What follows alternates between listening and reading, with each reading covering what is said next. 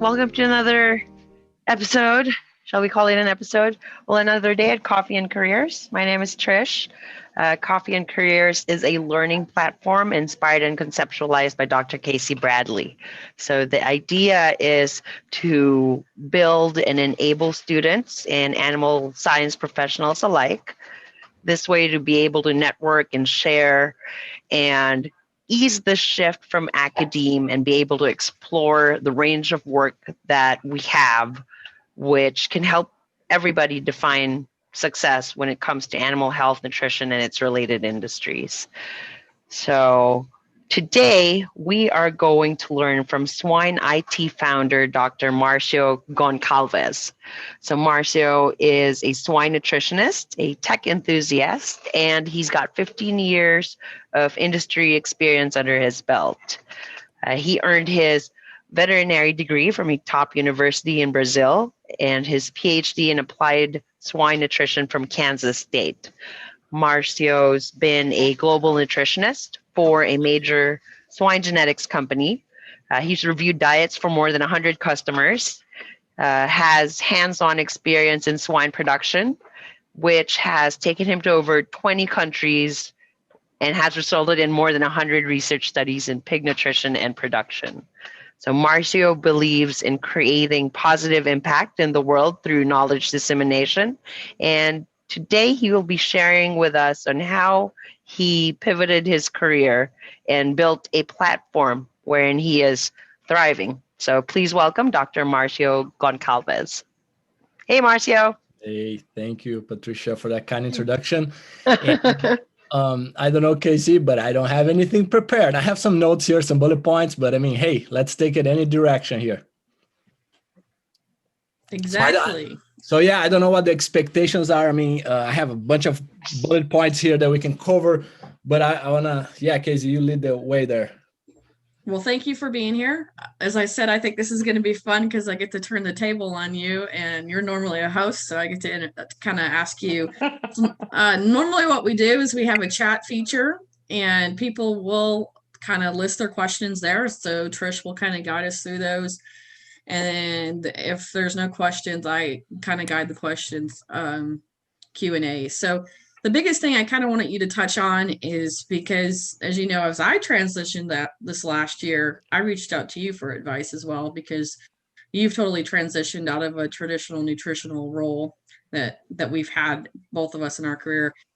And you've done a lot of professional development on your own, self-taught. Kind of walk through what you have done to develop your soft skills, because to me, you're one of the best salesmen, technical salespeople out there. You know, and then you walk away from nutrition and do something a lot more fun, I think. But kind of talk through how you developed yourself to get beyond that classically trained nutritionist. Yeah, it's funny how you say salesman, right? Because, and I talked to my team, look, when we're doing a call with a potential sponsor or whatever, it doesn't feel like we're selling, because we feel that we are helping, we feel that we can cause an impact, you know, that kind of stuff. You know, I had a role before Casey on an additive company, and I was terrible. Well, first because they didn't have the research to back it up, so I'm like, okay, I cannot help you. I mean, so you see the difference there, you know, salesman and salesman, I think, you know, from that standpoint. Well, I mean, technical sales, you're really good at, I should have said, getting your point across, your technical knowledge. And because I think you're like what you said, you don't think it's selling, it's helping. So, and a lot of the discussions we've had this year is kind of around soft skills and how do students, you know, bridge that gap. Right. And to get, you know, back to your main question, you know, for me, when I did a transition, I guess we can back up about 10 years. I remember I was showering into High Power, which is a cell research farm from Carthage there 10 years ago. And I remember, okay, 10 years from now, I want to be doing what I want and work with who I want, when I want, from where I want. So I kind of create that as my long-term goal. And I think little by little, I was trying to get closer to that goal, you know, and I always wanted to be, I was being very entrepreneurial and And yeah, so my biggest advice for students is like, hey, have your 10-year goal and then figure out what you need to do to get closer to that. When I did that, when I pulled the trigger to go to this long-term goal that I had, a lot of people in our industry, a lot of peers are like, what's, Marcius went crazy or something, you know? But not many people to this day know that. Not, and I don't, you know, I don't, especially a pandemic and stuff, you don't have a whole lot of face-to-face interaction. So a lot of people don't know the underlying reasons. And the biggest one is, hey, live life on your own terms. Don't leave, how can I say, don't leave other people's dreams, you know, like sometimes we just have this vision like, hey, okay, so if I'm a soil nutritionist, then that's what I need to do. And the biggest thing is that, hey, you are not your degree. You that's just a tool in your toolbox. So I don't know what else in this arena, Casey, you want to go? Word. I know you're looking forward to this. You have a question. I'm gonna put you on the spot. Looking at me? Yeah, because well, I've mentioned this before, Marcio and Cassie both. I think you make a big jump in the middle of your career to do something innovative. Like, Cassie, you have your own courses, and then Marcio, you have the courses. What motivate you to take that jump? Like being like, okay, this is something nobody has ever done, and I'm gonna do this. What motivate you to do that? I think it goes back to that one I mentioned, Ed, which is I have this goal, right? I want to, so all my business models, they fit into my rules, which is I need to be able to live where I want and work from where I want in the globe. You know, if I want to be in Thailand this week, I can be in Thailand this week, right? That is part of my goal. I want it to work. I want my business to work without me, right? And that's the funny thing about business is that there's 28 million small businesses in the US, but 24 million of those only have one person. So then there's only, what, 20% of those, the other 4 million, that have more people. And so you, of course, you need a team to be able to have an actual business and not being self-employed. If you're self-employed, like a lawyer, or if you are a consultant, nutritionist, you work for the hours, right? And you get paid by the hours. And then you don't own a business, you own a job, and it's the worst job in the world because that's a quote from Michael Gerber. He says it's the worst job in the world because you work for a lunatic, you know. So it's a little bit you know, so that create the rules, create the vision, create the rules around it, and then you fit whatever you want to do. You know, you have to force it. And it's, people say, oh, you're so you know, that's a bold move, and it is, but then and you always have fear, right? Always. And the thing is that you know, the fear, how can I say, the fear to not achieving your long-term goal has to be bigger than that fear of what other people are going to think, you know, from that standpoint. And also there's something that I always like to think about. Some of you might know Tim Ferriss, and he says something about think about the worst case scenario. Okay, so you know, when you make the move, right, to do something like this, what's the worst case scenario?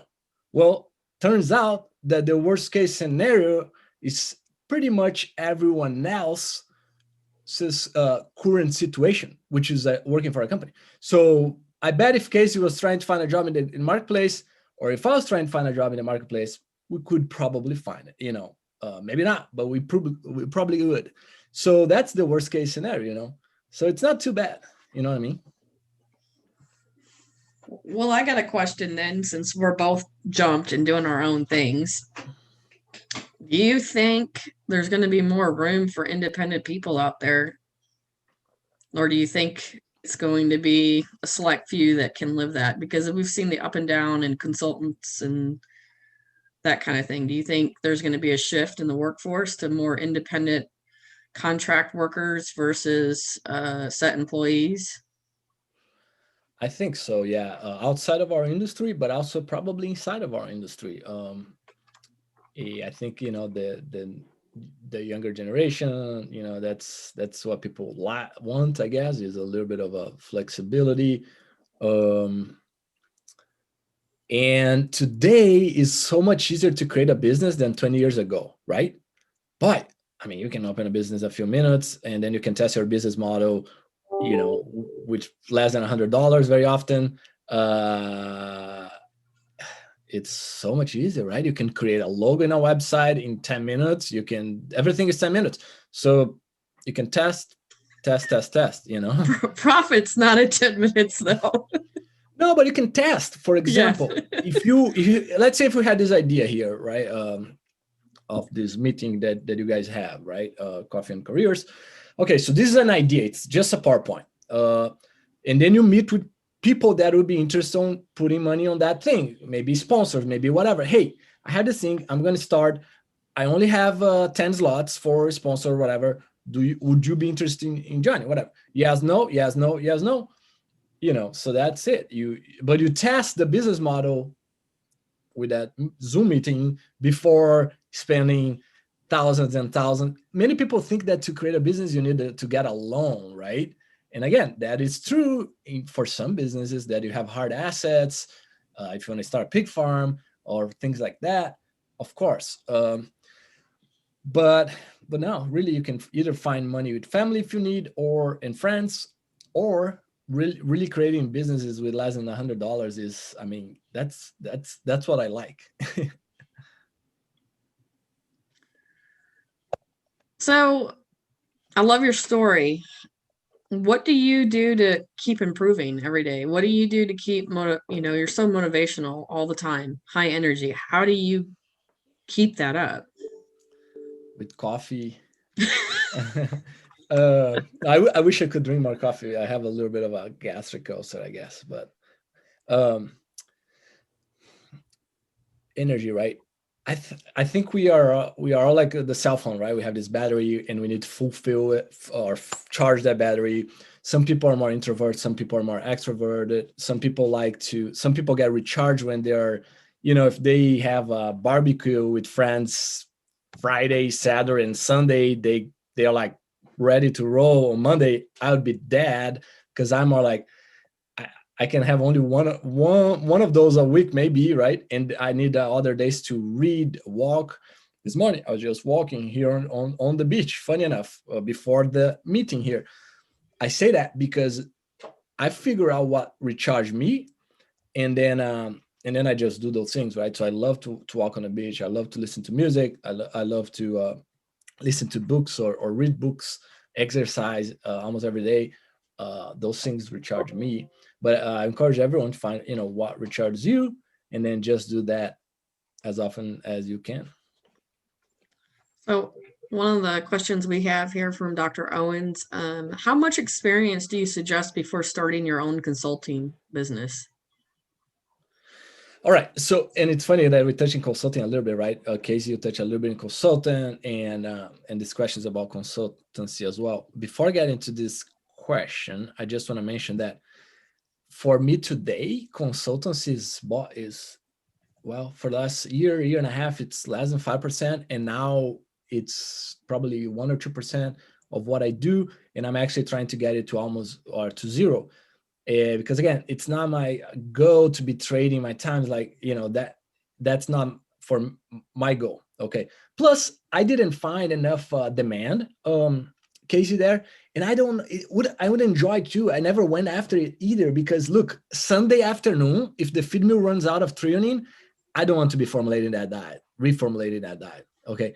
That's not for me. Now, if you want to own a company that has 5 or 10 consultants, well, I like that. If you're a lawyer and you have 10 lawyers working for you, I like that. But if you're the lawyer doing the law work, I personally don't like that.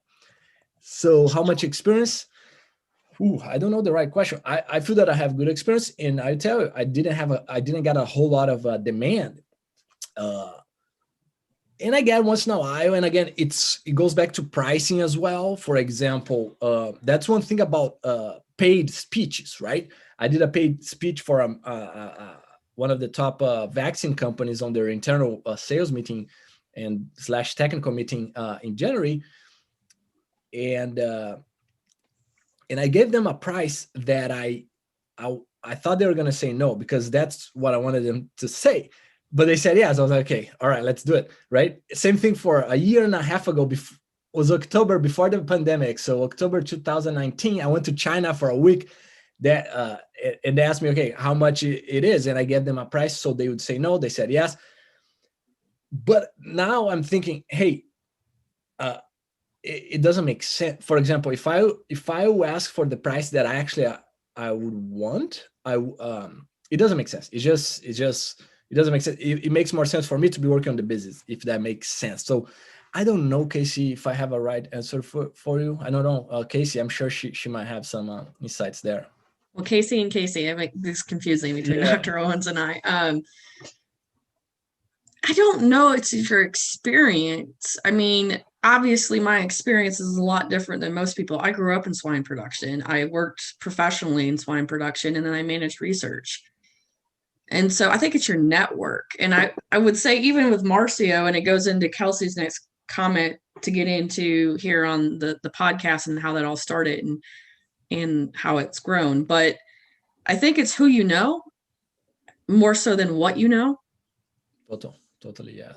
And I mean, Marcio's had a beautiful reputation in the industry. I met him as a graduate student and knew, right away, bright things were coming from him, and he's not proven me wrong. But at the same time, I think it's who you know and what you know. And like research, competition, you need to do a market analysis. If you're going to go be a feed formulator, how many different consultants are out there? How many customers do you have are available? Because if you look at swine production today, in the state of Illinois, for instance, talking out there, most of all those guys are contract growers. The last independent people to really work with today are in Missouri, some in Illinois, some maybe in Indiana and Ohio, but the majority are tied to integrated companies that, for poultry and swine, to go out there and be a consulting nutritionist and formulate diets. The monogastrics is probably not a good business model. But if you are a ruminant, it's different. That's more of a farm gate thing. So my consultancy is not about formulating diets, because I'm like you. I hate to formulate on Sunday night or at 11 o'clock because somebody ran out of a feed ingredient.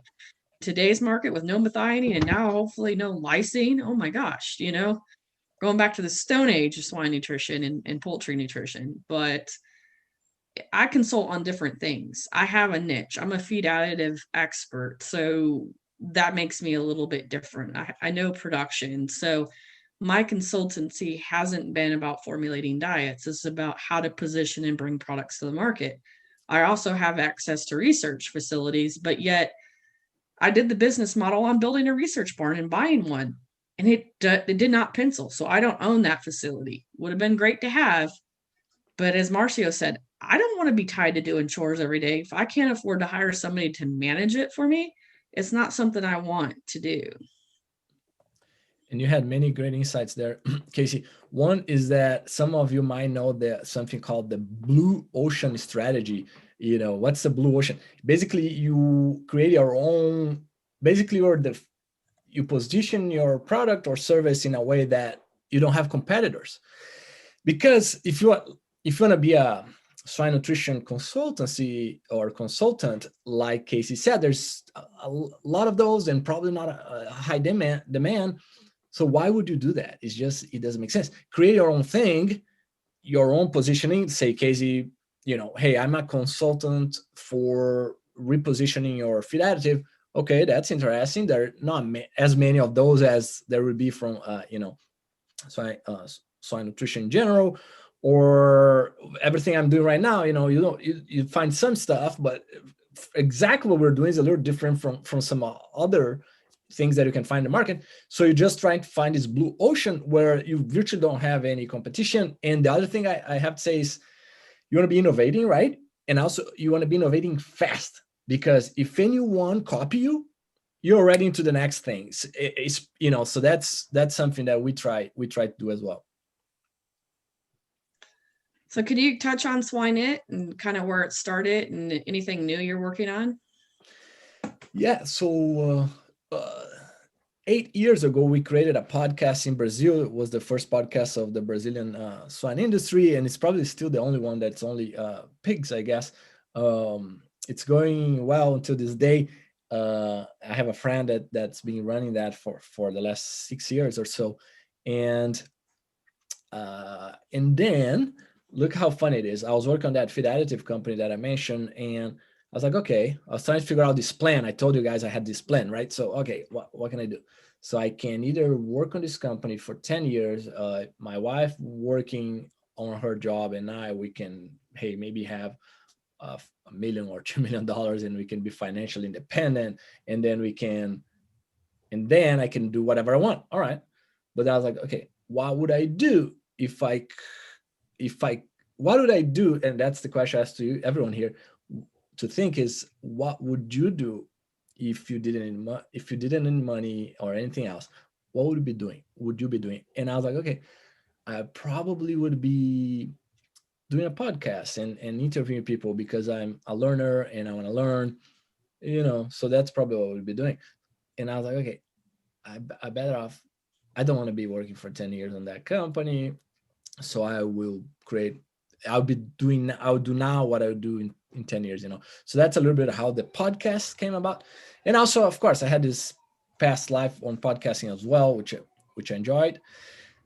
Swine It, we are focused on dissemination, knowledge dissemination and implementation in the swine industry. We have the podcast, we have a web conference, which is Swine Talks, is the TED Talks of the swine industry. We have the Elite Swine Nutritionist ad is part of that. It's a program, a 7-week program, which 7-week recorded program, but it's more like a year, because you have monthly meetings like this, Q&A on nutrition. We bring some gas as well. And then fourth, there's something called Swine Impact. It's a digital agency that we're bringing to market now.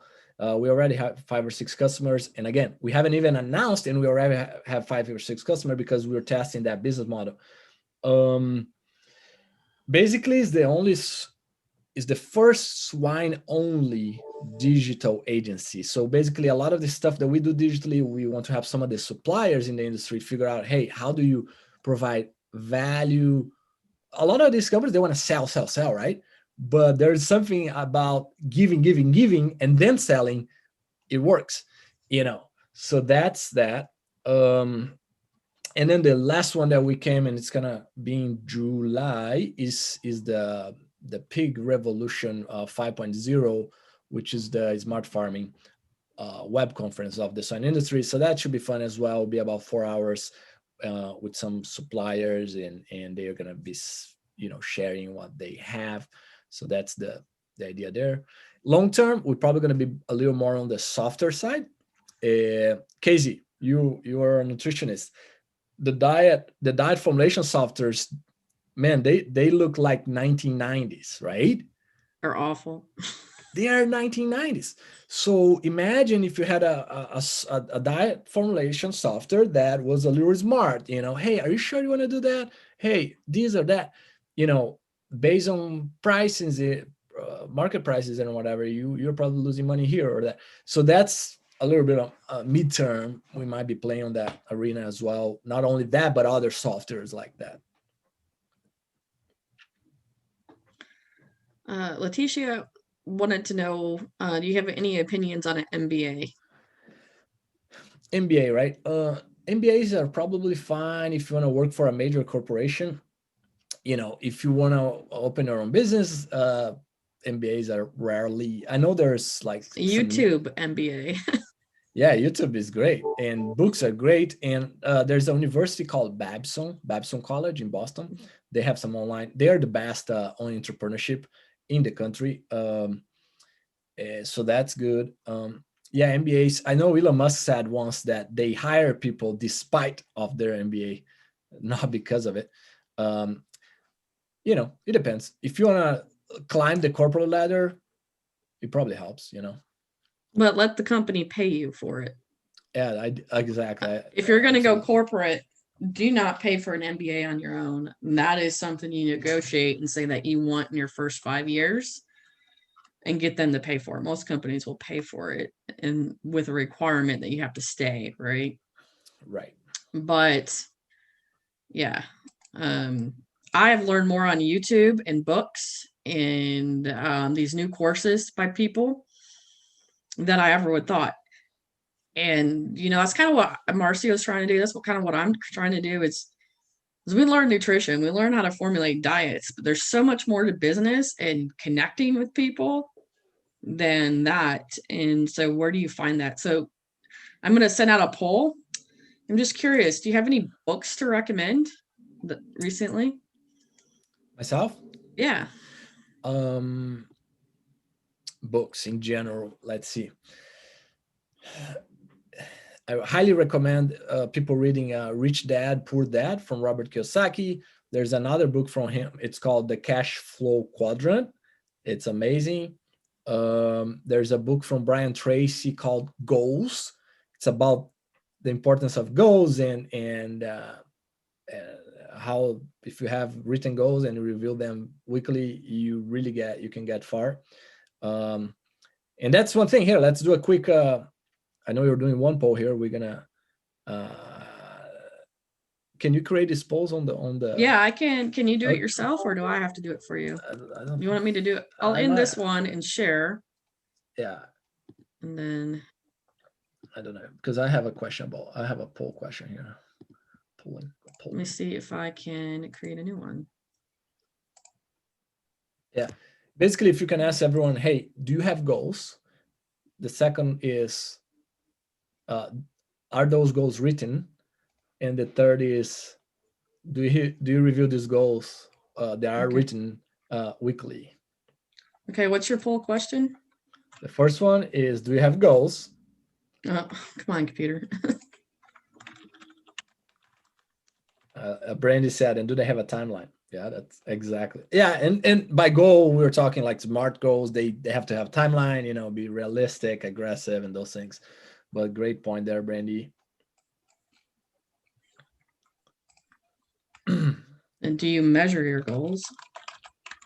First one is, do you have goals? Second, are they written on a piece of paper or computer? And then third is, do you review them weekly? Brandy suggested, do they have a timeline as well?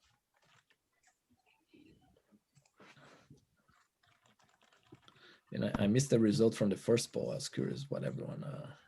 Most of them, 13% said they do regular books on development. 74% no, but they want recommendations. Right. This, what do you call the self-help type of book, quote unquote. There's a bad reputation, right? But it depends. If you're reading books, about, I love non-fiction books,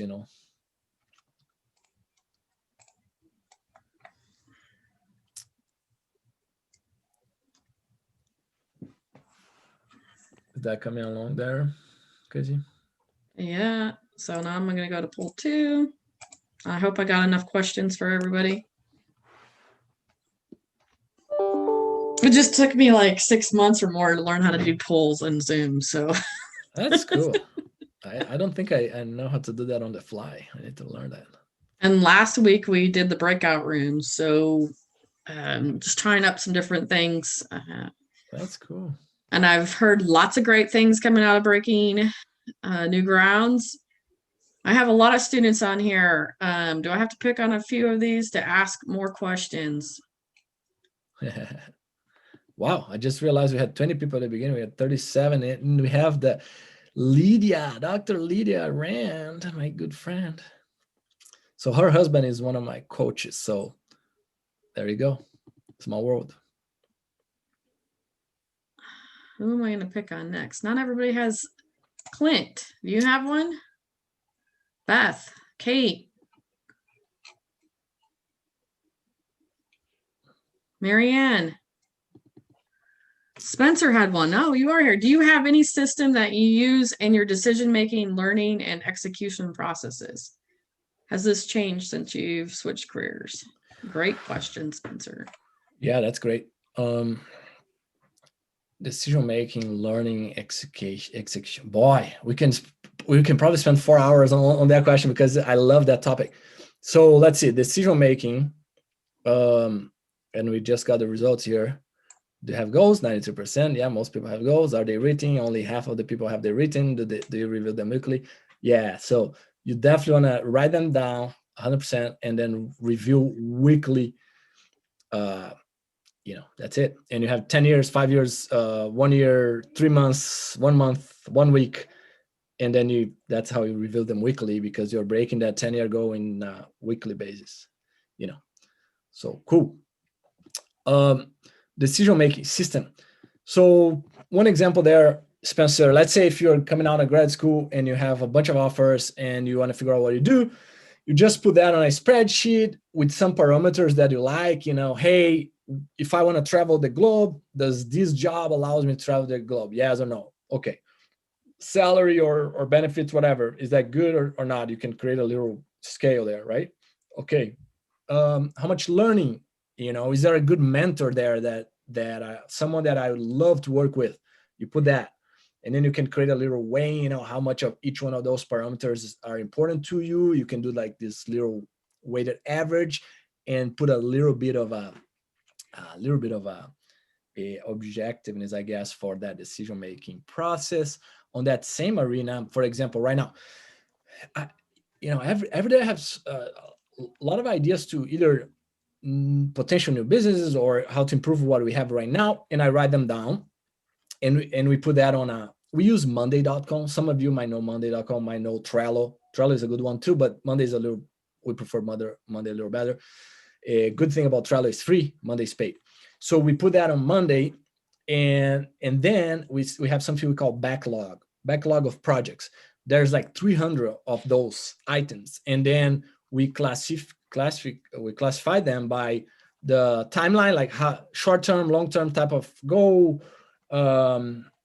Customer experience impact, is that going to help the customer experience on our business?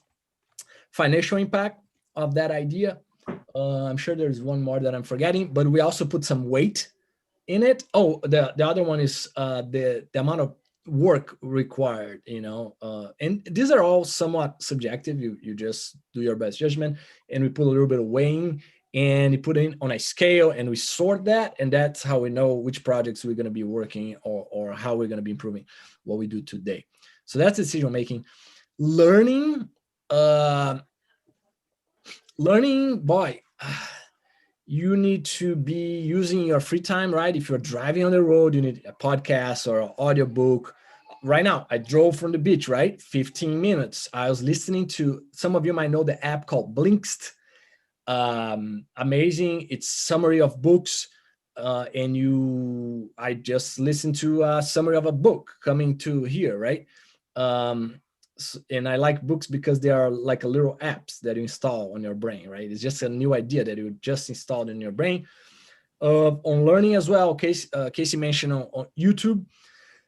But YouTube is amazing, right? So if you want to learn something very specifically, and depending on if you want to spend more time or less time, but you can sort for, hey, less than 4 minutes. And then there's the magic rule of the likes to dislike ratio.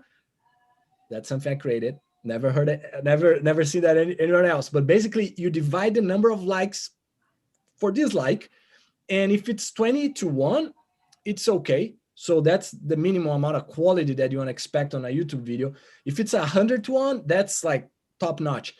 So if it's a 10-1, you already know, probably not good. So you don't even watch that video.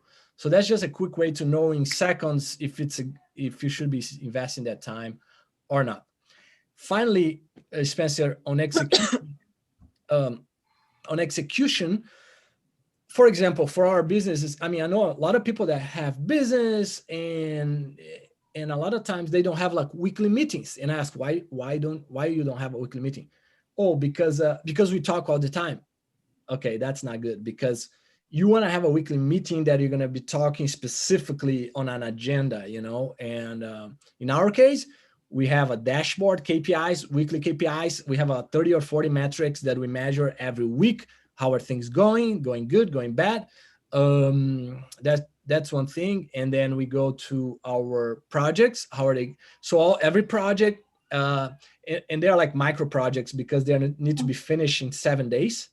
Everything we have in our list needs on our actual projects or part of a project needs to be finished in 7 days. And then there's a deadline, there's a priority. People can, in Monday, cool about it, people can communicate within that project and things like that.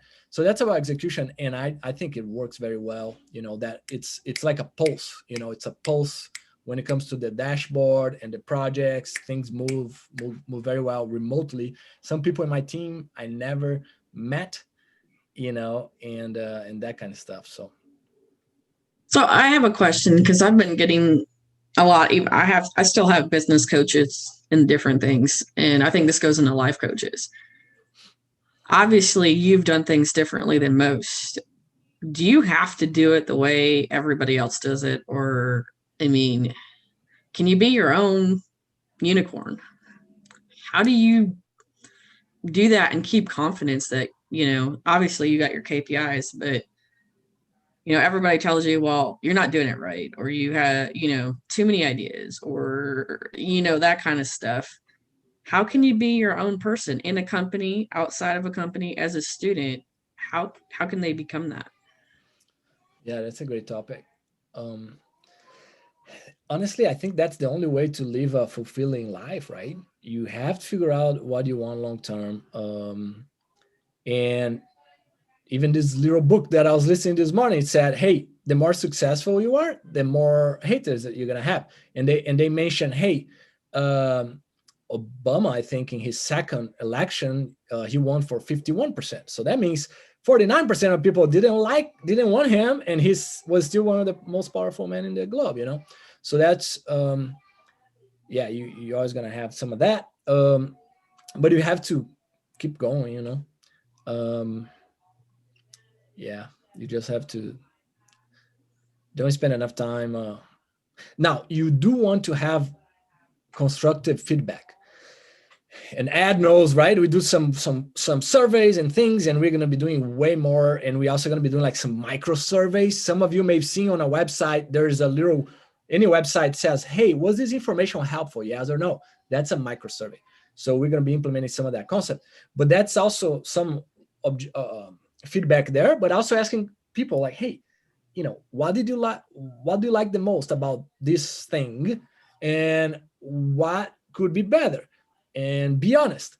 And people say, and you get that, and you improve it. And you also should do that, with your friends, and have a few friends that you are open enough to criticize them, and they can criticize you.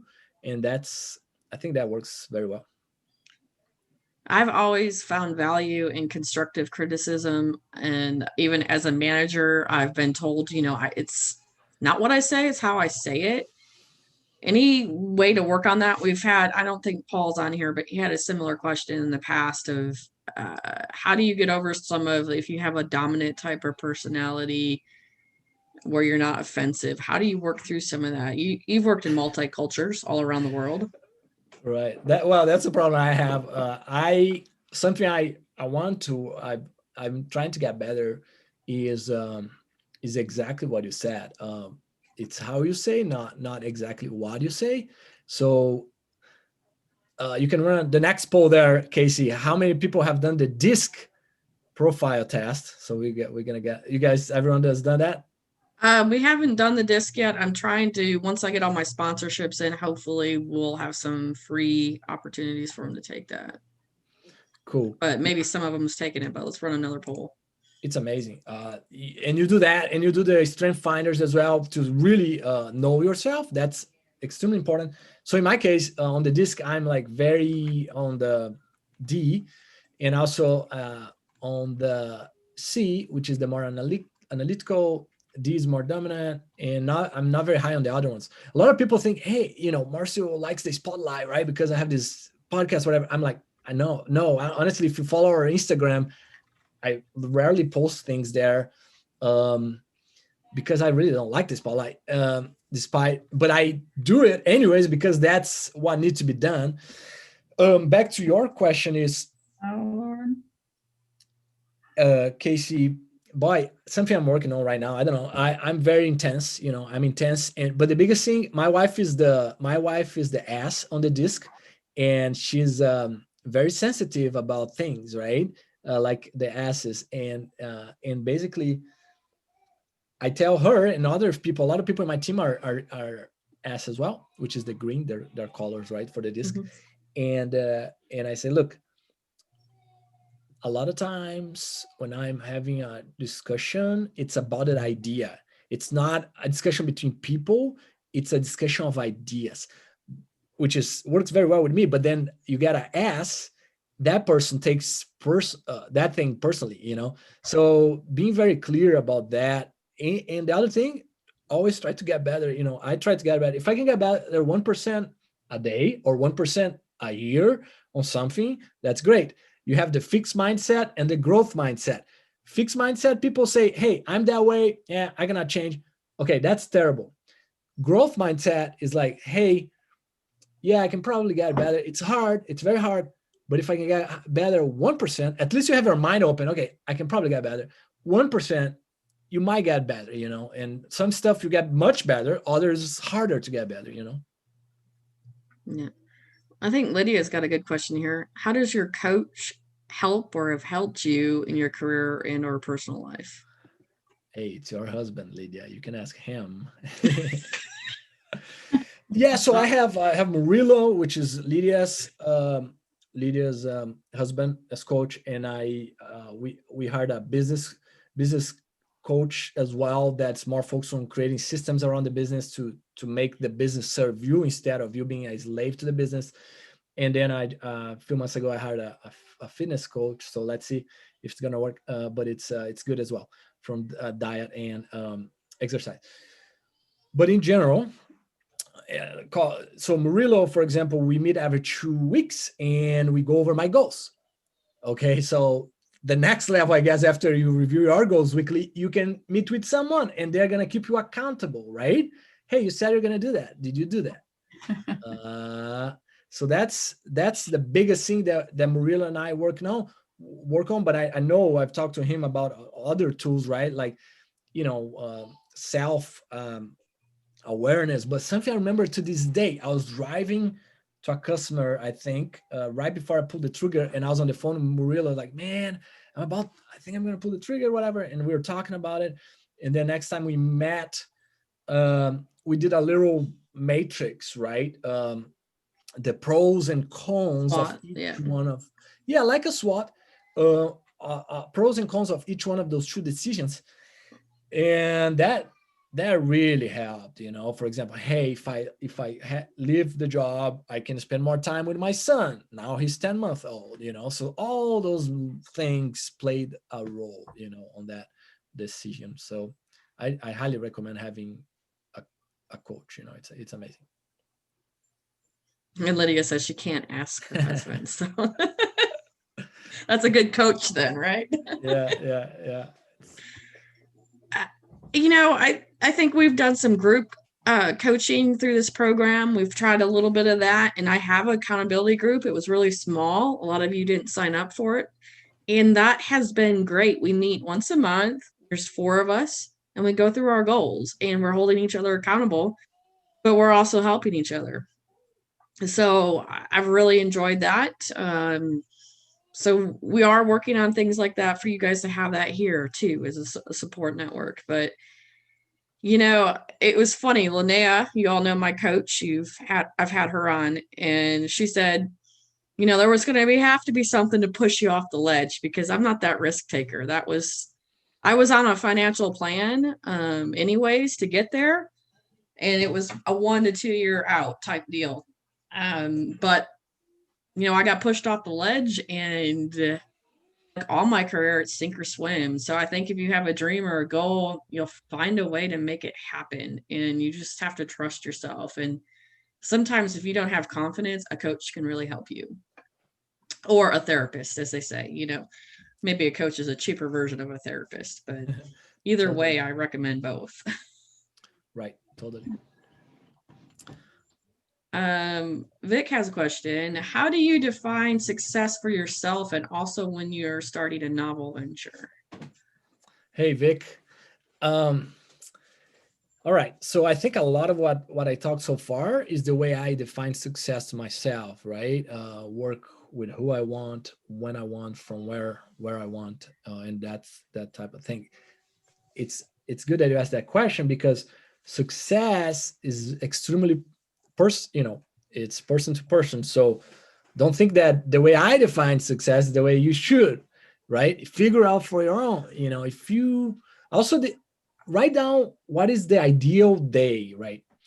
If you didn't have to work, everything else, if you just have that perfect day, you wake up in the morning. What time do you wake up? What do you do? With who you do?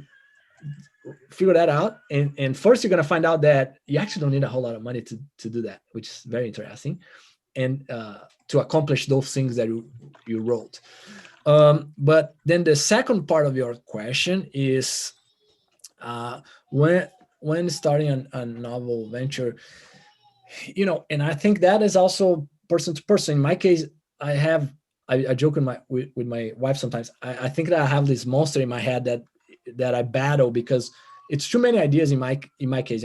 Ideas. So I make sure to write them down, and I have this little note here. It's called business model. So any business idea I put there, and they sit there, and then actually 2 days ago I created a little product pipeline for our business, for the next few years, and I put some of those ideas there, and I do a little bit of a matrix or this categorization that I mentioned before, like, hey, what's the customer, or how innovative is that idea? Again, blue ocean, red ocean type of situation. And then financial impact, I think, something else. And then I just try to throw that down the line when it comes to timeline. But I have a problem being the D on disc, and also on the strength finders. My 5, it's like achiever, learner, focus, competition, and analytical. So the achiever one is good, but it's bad. It's bad because, man, you are never happy. That back to the therapy. I probably need therapy because, hey, you are never, that type of personality. You are. I don't say happy because I consider myself happy, but it's more like blissfully dissatisfied, right? You always want a little more, or which is good and bad, like I said. So in my case, in my team, we are trying to create a little more structure, because if not, I'm like, hey, I had this idea, boom, let's implement, ASAP, whatever. So it's trying to spread ideas over time is something that we are working on, instead of doing because if it was for me, I want to do everything, all ideas I want to do today. If I'm not doing it, I feel like I need to do it, So I guess Casey identified. I've been coached on that. That's my problem. I hear you. Yeah. I have and I gotta ask, do you ever run out of ideas, Casey? Probably not. Right? No, I don't.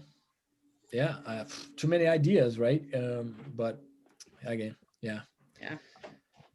The biggest thing here for everyone is any idea that you have, write down, And then you also know that people that say, hey, yeah, I had that idea, but whatever. Someone else went there and did that, right? So you don't have ideas are not very powerful. You need to implement them. So implementation is powerful, The whole thing around knowledge, same thing. Knowledge is not power unless you actually implement it, There's some saying, I can't remember it, something about dreamers. There's lots of dreamers out there, but there's very few doers.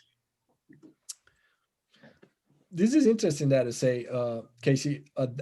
There's another book, amazing, read a few times. I want to buy 10 of those and give to small business owners, because it's called The Entrepreneurial Myth, the E-Myth Revisited, by Michael Gerber. and the consultancy that I'm getting to my business is from that company. And basically what you said is the dreamer, right? And the doer. So every entrepreneur is actually three different people, okay, within the same person. The first one is the entrepreneur, which is the visionary, the dreamer.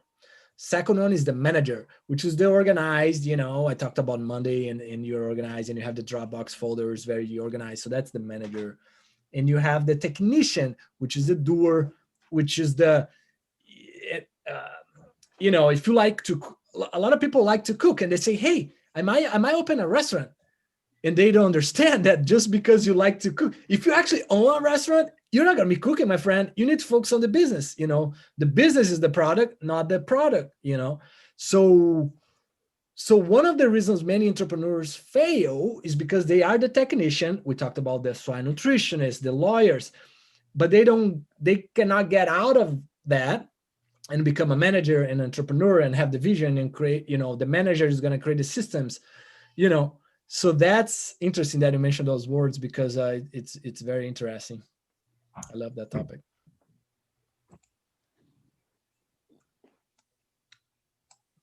We got about 9 minutes. Can I ask 2 questions? Yeah, go. First question, Marcio, what's your favorite book related to pig and not related to pig? I've seen those questions on a podcast. So pigs, the NRC. Yeah, if you are on swine nutrition, you need to read the NRC. There's the case you got the NRC. I don't think I ever have the actual book. I think I have the PDFs. It's always right there. Yeah, NRC is amazing. You need to read, once or twice. It's just the Bible. And then chew. No pigs. I'd say the most pivotal book was the Rich Dad Poor Dad, and understanding that concept of assets, liabilities. Some people think buying a house is an investment, but it's not, because it's taking money out of your pocket every month. An asset is only things that you buy today and it's giving you money next week or next month, rental property. So that's high level on that book. Well, I think my favorite swine book because it's sitting there, but All Creatures Great and Small by James Herriot. He was a true inspiration of where I wanted to go in my career, and I've reread him since then, and there's something about him as a veterinarian. It was about the people. Not when I was younger. I didn't read the stories about the people. I read the stories about the animals, and it's kind of funny how animals have made me love people. I didn't go into animal science because I liked people at all. I was very introverted. I was good with animals, and it's funny reading that again as I'm older versus a young 12, 13-year-old, how I've changed a lot, and I now see the stories weren't always about the animals, they were about the people. Interesting. Yeah, I never have heard of good things about the book. So come on, 7 minutes, pulling teeth here. Beth, I'm looking at Beth. Beth's had some good questions in the past.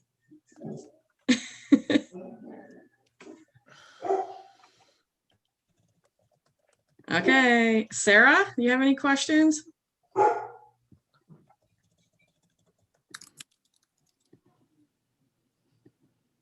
Mohammed, Marianne, Trish, do you have any questions for him?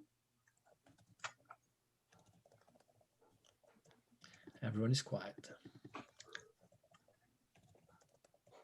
Kate has one. How do you find ways to meet small goals, such as vaccine protocols or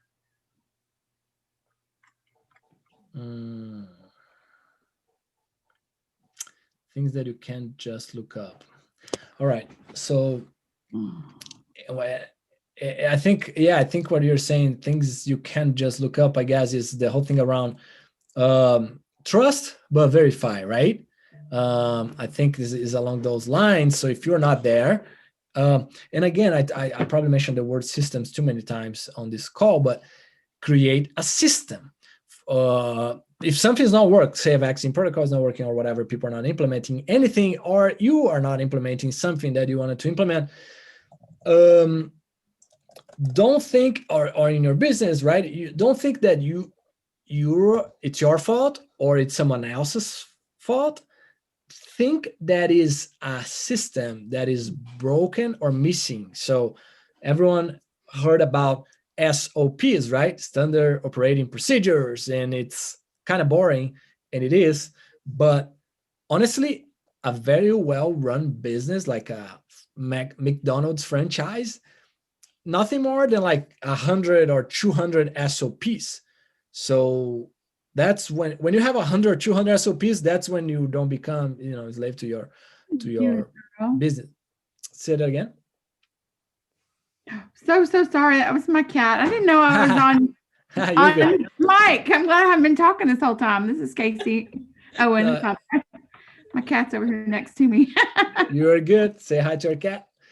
I do have one point, and something you've said a lot too, business, and you're speaking from being a business owner. When you work for a company, and maybe I can get your take on this, you still have to represent yourself. And we talked about personal brand in the past. It is your business. It's your company's business, but it's your business, and how you handle things is how you're going to be remembered. Kind of any advice around that? It is your business. You have to own it. Right. And it gets into the whole like politics of some large corporations sometimes, right? Because, and HR policies and things that you can, everyone is scared of arguing, I guess, with other people. Yeah. You need to create your personal brand within that company. But when I was working for corporations, I have never been scared of how can I say creating a discussion,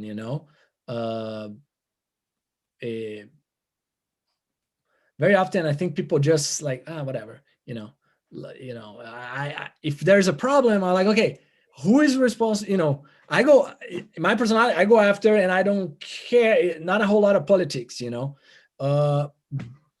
I don't know. You better have a solution before you mention a problem. I think that's my best advice. If you got problems, have the solution, because everybody's got problems, but people get listened to if they have the solution. Right. Yeah. Think about a solution. Not necessarily is going to be the ultimate solution, right? But at least think of ideas, potential ideas, but also, think about the whole thing around tail biting, right? A genetic company, let's say if you have a lot of tail biting, that's not a very easy problem to fix. But boy, you better start working, right? You bet have massive data sets and have a massive team of people and a committee to try to figure that out. But don't be scared of challenging people, senior people or whatever. Like, hey, this is a problem. Let's do something about it. It's all how you challenge, not. Yeah. Well, any last things? We got 1 minute.